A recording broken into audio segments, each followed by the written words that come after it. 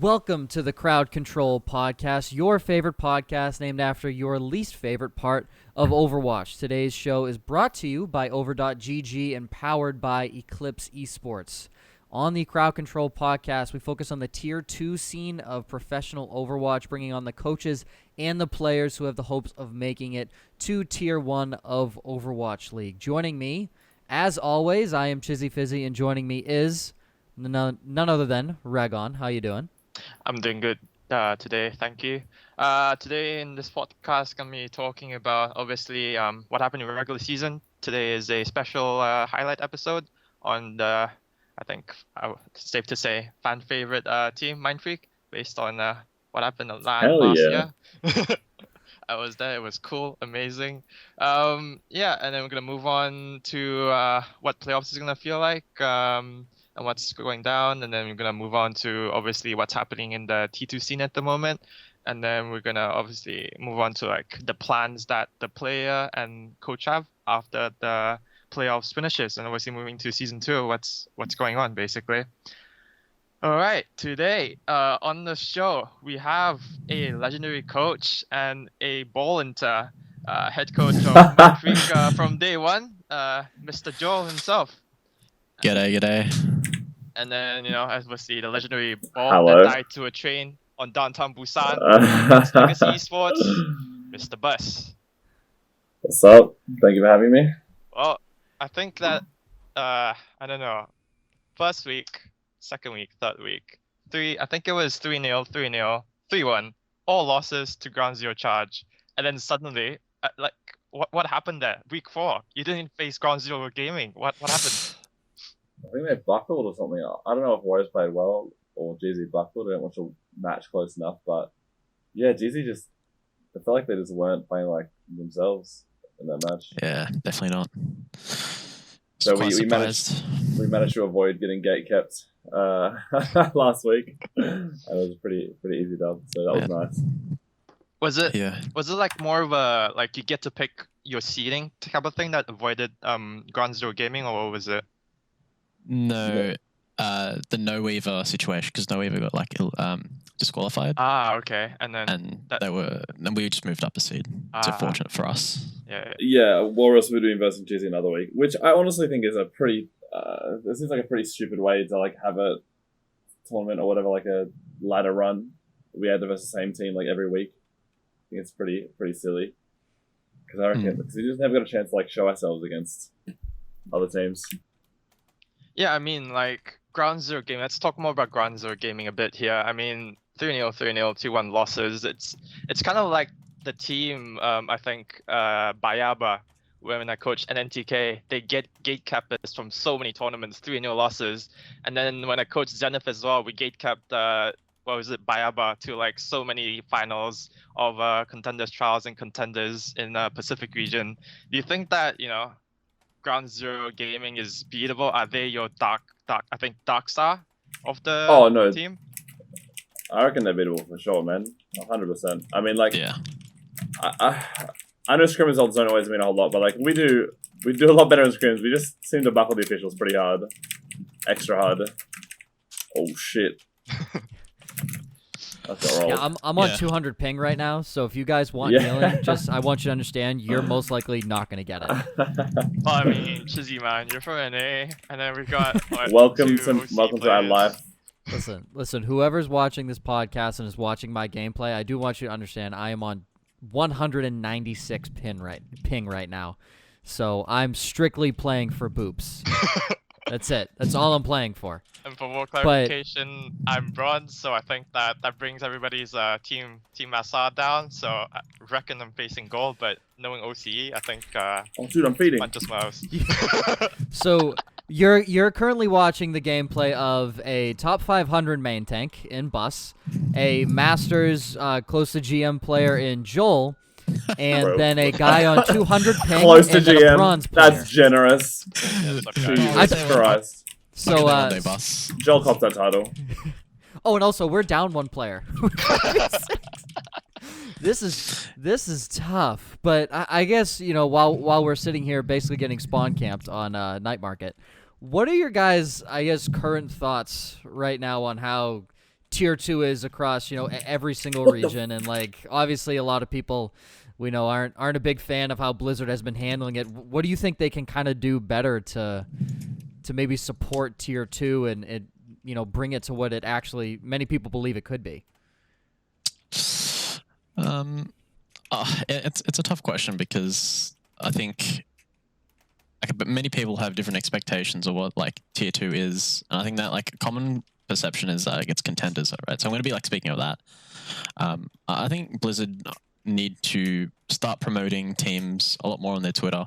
I know it was a pretty big thing that internally like we were complaining about at Mindfreak was like how Blizzard were like they didn't know how to be handling their socials, like adding the organizations that were involved.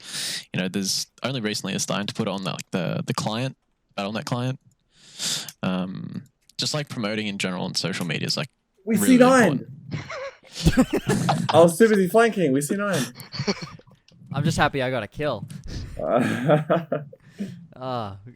Carry. I mean, you're right, Joel. I Sorry, like Joel. that they added the path to pro on the OWL website. I like that they did that, and then something I like too when they released Echo, they put contenders home and away skins on Echo, but they said it was a bug and that it shouldn't have been released, which I was kind of disappointed in. Yeah. The only problem with like having contender skins, I like at least like team specific is, you have teams get relegated every week, so I think it's not. I don't think it's plausible to have team skins in contenders, like compared to Overwatch League. I think Overwatch League you have like a set amount of teams. It's like reliable, like they don't get relegated. But in contenders, like Touchwood, like if you had a Mindfreak skin from contenders, someone buys it, and like they're not in contenders the next week, like. It's kind of, yeah. I don't know if contenders skins is what needed, but definitely like social media presence is something that like I know organizations have been complaining about, at least in Australia. I'm not sure how it is in other regions. Boss, what are your thoughts? About like how they support T2? Yeah. I think they're doing like everyone complains about it. I don't really have anything to compare it to. I don't know much about like other esports scenes and if they're doing it better or whatnot. So I can't really compare it to much, but I feel like having more like tournaments, like do you know about that Fran Cup that was just held? Like yeah, she did an awesome job with that. Yeah, no, it was sick. It was dope, and it was so cool to have a community tournament like that. It would be cool to see more of that stuff happening, where like you sort of get more exposure and people are interested. Like there's like people want to watch that. They want to watch tier 2 teams and watch like little like tournaments like that. People are always down for it. And I think Blizzard, I don't know exactly what it was they did, but it was like something about tournaments that aren't like sanctioned by Blizzard that like you can't do or something. Yeah, there was something. some third guidelines. parties. Yeah, and I think that really stopped a lot of those community tournaments happening. But I feel like after Friends on there should be a bit more, or a lot of people following in that sort of way, because that thing it was a success. It was a success. So many people were watching it. So many people enjoyed it too. I mean, bringing back to the Fran tournament, Bus and Joe, let's start with Joe first. I mean, I think it was a 2-0 loss on the first round, right? To some American team.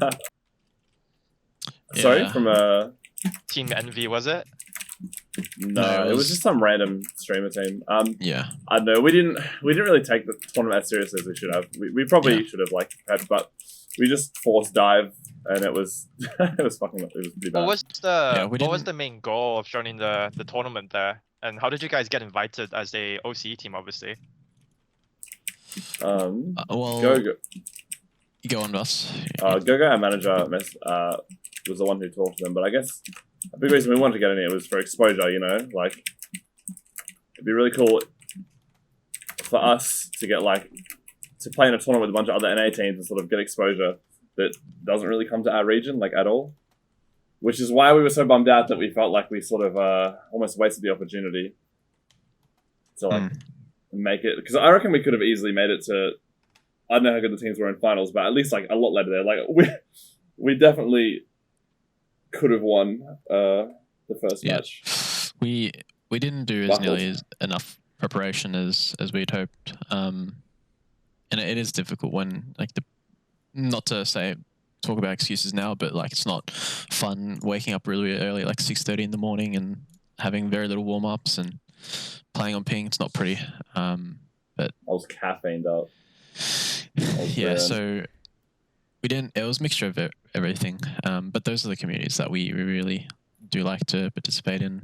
But back to the whole tier 2 thing. I've always thought that some sort of skins idea would be dope, because actually I used to play Smite back in the day, and I know they used to do a lot of stuff where like they'd release like community skins or skins where I think Dota does something similar, where like the money that you spend on buying those skins goes towards like a prize pool or like something for the pros. And I think seeing Blizzard do like anything like that would be so freaking cool. Maybe even if it's just OWL, I think it'd be dope to see. But I feel like there's so many cool creative ideas they could come up with, like potentially to support tier 2 or even tier 1 that just don't happen for whatever reason. Oh, I mean, like looking over at Pacific, you have Talon Esports. Looking at Australia, obviously, you have Ground Zero Gaming, and looking at I think don't take me on this yet. Team CC, who is looking good so far in week 4 of group stage. And then looking at, I think Korea is quite iffy. It's like there's no like a big team, like the team to beat, or like the Titan basically, who's undefeated. They're all insane, Yeah. aren't Yeah, they're all insane. And then they? looking at South America, there's no one the team to beat yet. But do you think that potentially you can see like the champion of each contender season having a skin would be good? That would be kind of cool. Yeah, that would be pretty cool. Even if it's just like one hero or like something like that. Sinatra MVP skins, some like Jonak octopus skin. I think that'd be dope. I mean, why not, right? The Jonak octopus skin is sick. That is sick. Yeah. So I think that's an awesome. I think just anything to grow the buzz around tier 2. I think that whatever you can do. Joel, you said like social presence. That's the easiest place to start. For sure. But the thing is, like, I don't. Like I was saying before, there's so many cool ideas or cool things they do, but for whatever reason they don't, and I'm kind of interested to know why they wouldn't. Because surely, I don't think it's the fact that they haven't thought of it or like they haven't brought it up. For whatever reason, I feel like they've chosen not to, or chosen to do things a certain way. So I'm interested to know why. Bringing back to what is it called? Different scene, different organizations. I have heard some good word about Australia's production in comparison to other contender scene and even OWL. Like, what is it like working with ESL? Like, they're not officially affiliated with Blizzard, but do work with. They do a good job compared to. Yeah, especially compared to other regions. Yeah, I 100% agree. I think ESL Australia is like really, really good. They're really organized, and I know like the admins in ESL cop a lot of flack because obviously a lot of controversy in the past with players and obviously punishments that are handed down. But like they're really, really good people, and they know what we stand for, and they're really good to work with. And plus, like I can't talk about it on here obviously, but talking about production, there's like a lot of things planned that they want to do in playoffs, and I think it's going to be really, really good for content. Yeah, no worries. Definitely looking forward to it. And like talking more about the OCE scene, obviously you've been here since I think Sandbaggers, right? It was last year, 2018. Yeah, it was 2018. Yeah, and looking at the current like head coaches list for at least top 4, you have Join, Taylor Destroyer, Sword. Like what changes have you seen so far in the scene in terms of like player from foreign land and coaches from foreign land? Like what's happening there? Yeah. Well, I've definitely seen like the echelon of players that you used to have. Like in the past, there was the 4 teams. You had the likes of Jordation, a Kraken, Tongue, Punk, Quats, Trill, like all in like these, I guess, super teams in hindsight. And now it's a lot more like of the next generation. You see it in Overwatch League 2. You see of the new players like Fielder, and you see the older generation retiring. I don't see like people retiring as a bad sign for the scene. I think it's just some form of turnover is good. and I think the Australia's kind of experiencing that. Well, all regions are experiencing it now, where like the names that you used to see in the past are now going to be new names.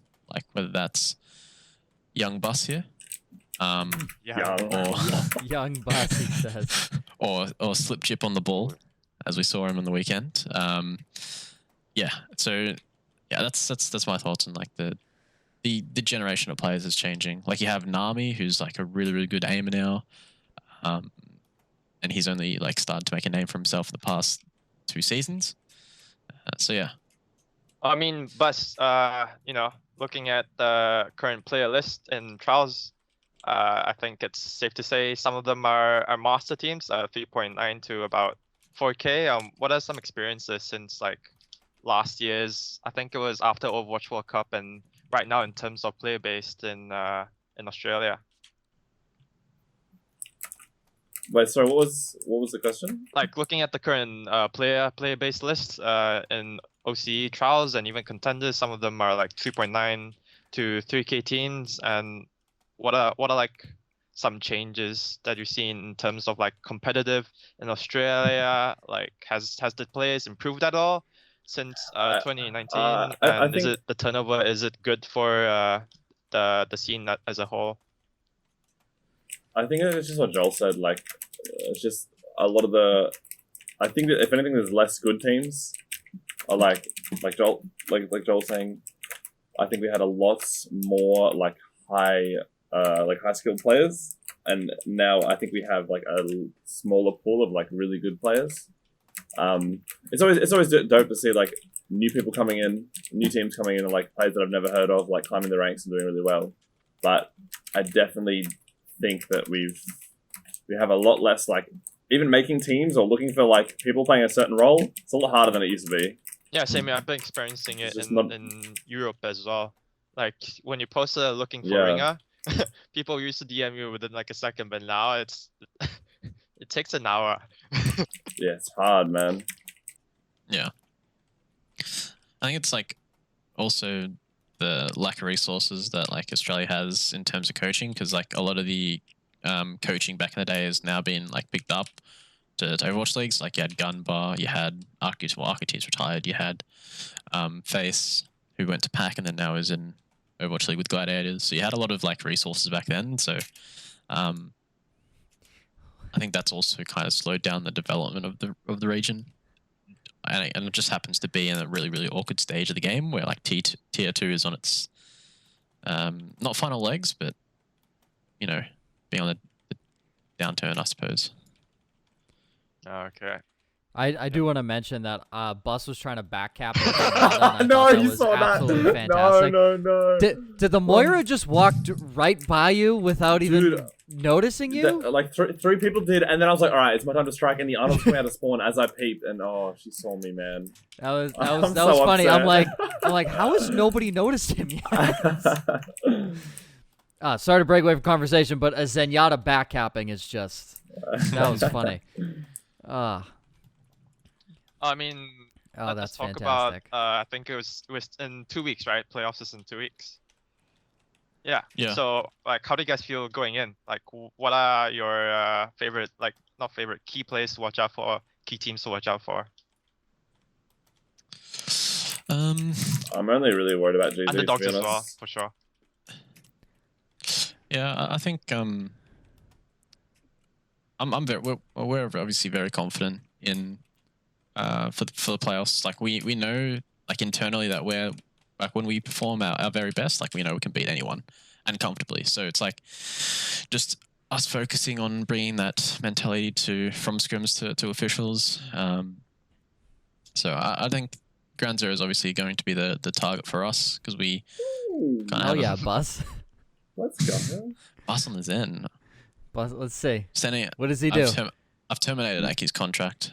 A lot of Picking up nothing. Wow, look at those Orb of Discords. Oh, I got a 3K off that swing, and that's oh come on. Hey, I got All me. a card. All I me. mean, I'm a bronze player, man. What? Ragon, listen. I am an uber aggressive Reinhardt. You bubbled me when I was literally in the thick of things. If you weren't high charge the whole time, we had an issue. Yeah, because you were ending. I needed to save you. What do you mean? Ragon, I am on 200 ping. Look, as Joel has taught me, if you int together, it's not inting. Dang Yeah, it. exactly. Oh, Winning. lesson learned, yeah. I'll steal that from my coaching books when I come back. Listen, Um, all I know is that I was carrying the team right there, so I need everyone here to Look, you're not wrong. kind of step up. I mean, you didn't get played the game, so. Damn it. But yeah, no, the playoff outlook is quite good. You know, there's a lot of things that it's an interesting format because each game is within 3 days. Sorry, there's 3-day break in between. So, Is it Yeah. public whether or not there's like all the information about the bands? Is that public? it is not public. Okay. So yeah, but that's definitely going to be interesting. Is like everyone kind of having their own takes of the metas. So it'll be interesting to see what teams are running. But yeah, as Boss said, you know, Ground Zero is obviously going to be our target, but at the end of the day, we know that we can much more capable of beating them. So Do you guys know hero pools going into playoffs already, or are we still waiting on that? yeah, we No. know what's happening with that, but it's not made public yet. Obviously. All right. Well, I'm interested because I just I'm looking with at the, looking at the bracket. If you guys were to go up against Ground Zero, it's not until the winners finals, and obviously the team of the winners finals goes on to the grand finals. So I'm What interested. a story. So That'd be epic. that would be to Yeah. see the winners finals of GZ and Mindfreak all in there. Yeah, I mean, Ground Zero has to face off Warriors again, so I'm interested if Warriors comes out and shows them up again, or Ground Zero wants revenge. I think Yeah. I think Ground Zero just stomp Warriors now. It's You think?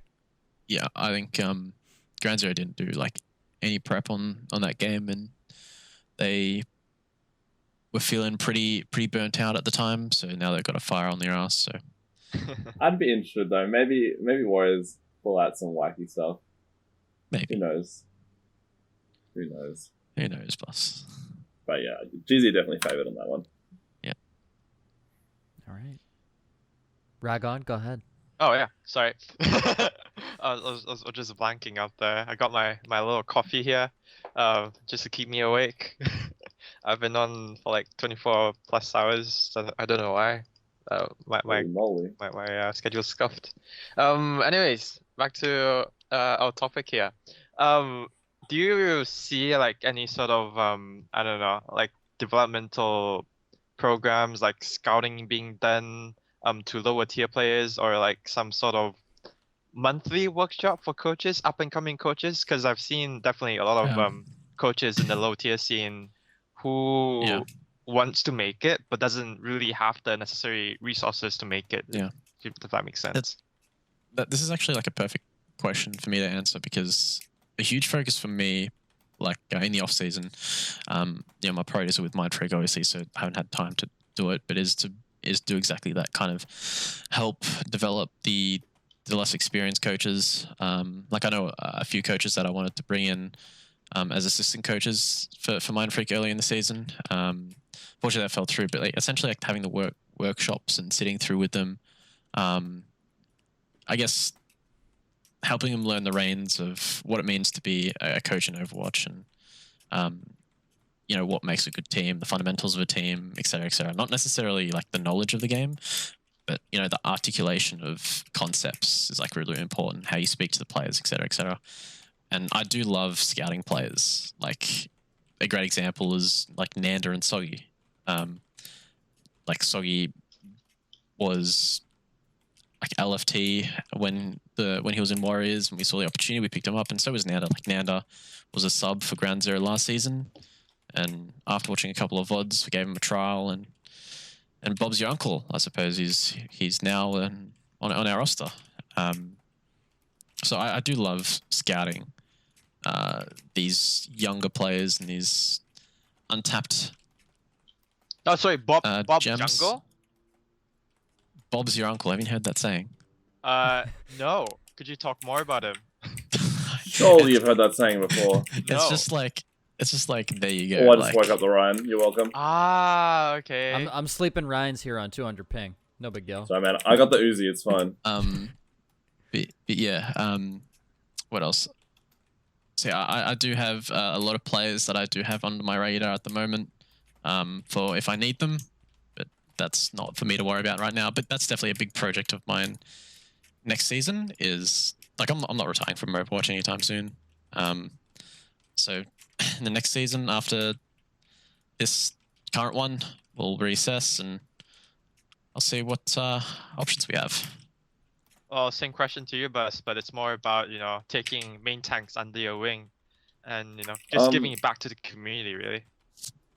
Yeah, I've tried doing like VOD reviews for some other people, but I'm I'm kind of crap at it. I don't know, like I feel like I suck at getting what's in my head out to words. I think it's a pretty hard thing to do, like coaching and stuff. Yeah, I try to do it sometimes when I have free time, because I like doing it. I like helping out other people, but I don't do it a whole lot. Yeah, but I don't think there's a lot of resources either for like a lot of people in maybe like OpenDiv and stuff in Australia, or people who want to get better. You're sort of on your own in that respect, just because of how things are. Well, I mean, you have a great coach right here with us, Mr. Joe. Just, he's your coach as well. No. I mean for like OpenDiv players, because like I don't think there's any teams besides the contenders that actually have coaches. Oh, okay. And like a lot of those players, you have to do VOD reviews on your own. Yeah. All that sort of stuff. I think players in OpenDiv and trials, and I think this is still an issue in contenders for like many. Like there's a lot of teams in contenders that have poor team environments, and I say this is a quote that I use. Oh, for sure. This is the quote I use like with my boys is I think it's like having a form of accountability. Like I can't remember who actually said this quote. I think it was a basketball coach, but essentially like good teams will have their coaches hold their players accountable, but great teams will hold each other accountable. Like their players hold each other accountable. I think that's like a really good testament. Yeah, I think it's like a really good testament of how players should take this game because the resources are so low. So like as Bus suggested, looking at your own VODs, like analyzing Overwatch League VODs in your own time, and if you have your own teammate who's asking questions, have a team discussion. And that's pretty much what it is at Mindfreak as well. It's less about me saying this is XYZ, we must do this. It's definitely player-driven discussions, and that helps. The players hold each other accountable. I mean, bringing back to the quote, I think I saw that as well through Coaches Moto's Twitter, which I fortunately discovered through your retweet. Do you think that sport coaches' philosophies, like baseball, basketball, or like sports psychologists, like their what is it called? Approach, mentality towards their coaching style does affect yours? Like, do you learn from the traditional sport? Yeah, 100%. Because I'm a big fan of Richmond Tigers from AFL, which is the Australian Football League, and I'm a big fan of Damien Hardwick, how he turned things around. Like Richmond was a pretty shit tier team back in the day. There was rumors of him just kicking, like they wanted to kick Damien Hardwick, who was the coach, and then like within a year they're premiers. So I studied a lot on his case study, and I take a lot of how he structured his team in 2016. 2017, and definitely try to apply it to Mindfreak. And I think it's like one thing coaches need to understand about Overwatch is to take your like next step as a coach in esports is like you need to think about outside the game and like how you can help the players develop being like better human beings and being better teammates rather than being a better player at that particular game. So whether that's working on ergonomics of how they hold their mouse, how they sit, because that will greatly change how they project their voice. Sound more confident. Whether that's basic dieting needs. We don't have to do that at Mindfreak, obviously, but that's like the kind of basic things that I'd try and look into as well. Yeah, I think that answers my question as well. My follow-up question, which was which like why did you start coaching, and obviously who do you look up to as a coach yourself? Yeah. Yeah. Being a coach is like, well, I've got like experience coaching basketball teams, and I've always enjoyed like the psychology aspect of school. So like studying how people think, and I just enjoyed helping. It's in my nature to be helping other people, not just in coaching, but like just community service. So I find more enjoyment. Like I love the game Overwatch, and I love games in general. I'm not the best at it, but I do like it when I give other people feedback that I think is valuable and help them improve, because it makes me happy to see someone climb a rank because of like a particular feedback or advice I give them. So that's like my true motivation, and that will never die because it's my true nature. And then my role model, yeah, probably David Hardwick, if I'm going to be honest, mainly because I'm a big Richmond supporter. Yeah, no worries. Well, let's bring the spotlight quickly on you, Mr. Bus, Mr. Joshua. So why did you start playing Overwatch? Like, what's your reason to wake up every day and click that little Overwatch button? And basically, how did you start in competitive? This is a three-part question. And lastly is basically what is it called? Oh no, who do you look up to as a main tag? That's it, right? I don't really look up to anyone, but Because you're an alpha male, that's why. I mean, there's just no one to look up to. Just not quickly But quickly input like any alvods potentially you look at to compare and like add your like their skill to yours. it depends on like the meta for who I watch. You know, like Yep. I was just watching some Fearless VODs early before from the game versus New York, because I think he was pretty good at Winston, and like some of those comps I played, and I wanted to figure that out. But no one like specifically. Although I used to look up to Miro back in the day when I started playing Overwatch. I used to think he was insane, because his monkey was so good, and he sort of like wrote the book on how to play monkey back in the day. But as for why did I start it, I kind of always wanted to like find a game and go hard in it, like, and try to compete.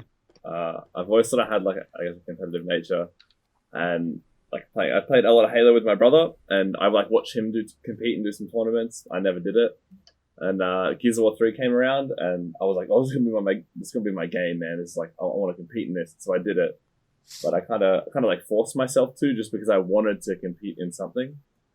And it was still pretty fun though. Like I still enjoyed it. The game is actually pretty dope, but and then there was a long time between that and Overwatch. I actually stopped playing games for like a year or two because I was studying. But then Overwatch came along, and like I genuinely enjoyed it. That I didn't have to be like, I didn't like force myself to play competitively. I just sort of kept playing it, and then decided that like, yeah, why not? Let's try to get good. Oh, bringing it back to Joe, I think we skimmed through this a little bit about the whole any coaching workshop at all. What's your next step after season 1? Obviously. Yeah. Geez, I haven't really thought that far ahead. My focus is definitely still at playoffs. So I don't want to lower expectations or heighten expectations for myself, but I definitely plan to fulfill my contract with Mindfreak, which is planned for another season. If that whatever happens doesn't work out, then obviously I'm going to go LFT in Australia. But I definitely do want to see if I can develop a lot of the scene, all the trials teams and the players and the coaches. Actually, I think that's mainly the coaches. There's a lot of coaches that I think that I've talked to in the past couple of weeks, and I've popped into their streams. I've interacted with them on through Discord, and just to see where they're at in their not career, but their journey in Overwatch coach. And I think I could definitely help them take the next step. That would be pretty good to see. Yeah, I think for the most part, right now my priority is just playoffs, and we'll see what comes.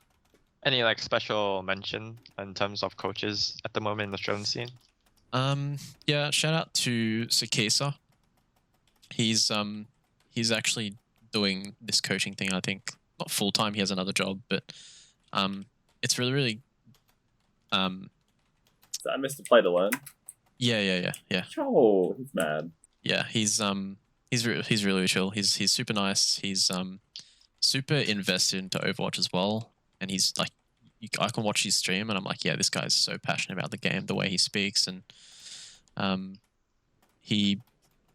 what he's created around himself and his services is pretty much like a community, which is really, really good to see. And that's really rare of coaches. So I hope, shout out to him. Yeah. Yeah, work to the guy. He's really good. He's a great cook as well. You should see his pictures that he sends. And I think in the daytime he's a teacher, a caretaker. Yeah. Lives down in He is. So he knows how to talk to people. yeah, in South Australia, I think. Perth. Mm. I don't know. Wait, no, Perth is not South Australia. Sorry. Yeah, I actually Sorry. offered him assistant coach in Mindfreak, and then I decided not to go with it after I talked with Brad, and we had a few restrictions in place, but we'll see where he ends up being next season. Yeah, no worries. Well, Buzz, what's next for you? Next for me, see how the season pans out. I am still not sure what I'm doing. It's kind of winging it at the moment, to be honest. I was gonna see how this season goes, and then decide what I do from there. Kind of not really as planned as Joel. Yeah, no worries. I mean, like, I think we discussed this before as well. And you said that you haven't actually looked too much into it. I was talking about like LFT in NA, not EU, obviously. 300 fucking playing. That's not playable. Underplayed. I don't know how, but you know, NA. Are you looking into that next season? Is that a possibility to see you in NA? Yeah, maybe if I can find like playing on an A or joining an 18 means like I gotta wake up at like the butt crack of dawn or like ridiculous times to just play. So I would only do it if the team is worth it. Like if it's, I don't know, like a really good team, or I think I can like improve and like learn a lot with like the team I was joining. So probably under a special circumstance, yeah. But I think there's still a lot I can learn. Like I don't think I'm like way better than anyone in this region. I think I still have a lot I can learn just from scrimming these teams, or like I scrim Asian teams on VPNs usually. Like I don't think I'm like too good to like. No, I don't think I'm so good that I can just leave this region and be fine. But at the same time, there's also a lot more opportunities to learn, a lot more opportunities in general in other regions. So Yeah, no worries. Now let's wrapping this up. Any special shout outs, comments you want to give to the people listening and your fans and opponents out there? You go first, boss. Shit talk. Wait, what was that, Rhaegar? You can shit talk. Oh, I don't want to shit talk. That's Yeah, I mean mean. you're boss. But I am coming for you, GZ. Oh, okay. Oh baby. I'm That's coming spicy. for you.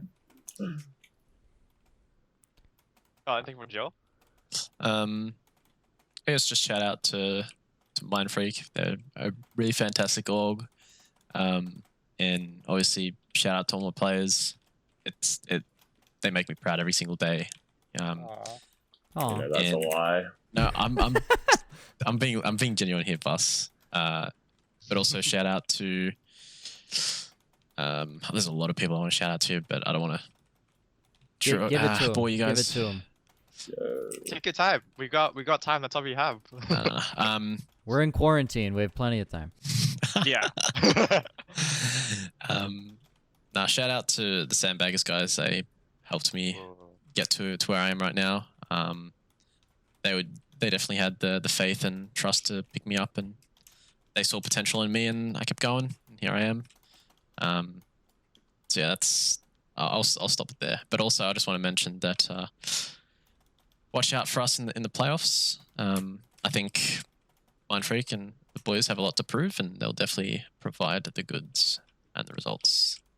Also, shout out to everyone who watches my stream or hangs out or shit talks me while I'm streaming. I appreciate and love you all. Aw. Oh, And Love you with too, Will. guys. so nice. Well, that's a wrap for the Mindfreak episode. I think playoffs in 2 weeks' time. I think more details definitely be released when we have an exact time for the stream schedule for playoffs. I think Mindfreak is gonna do great. Personally, I'm rooting for them. Last year, I think you guys finished first in the second season of OC Contenders in not a LAN environment. This year, playoffs, not LAN environment. Definitely gonna see you guys shine there. I wish you guys all the luck. Thank you. MF win. MF win. win, boys. A big thank you to Bus and Joel for joining us on today's episode of the Crowd Control Podcast. As always, a big thank you to Ragon being my sidekick here. This has been it for this episode. Stay tuned to all the social channels. Once again, this show has been brought to you by over.gg and powered by EclYpse Esports. For Ragon, I am Tizzy Fizzy. We'll see you guys next time. I just realized how awful I am at playing Overwatch and talking at the same time. I don't think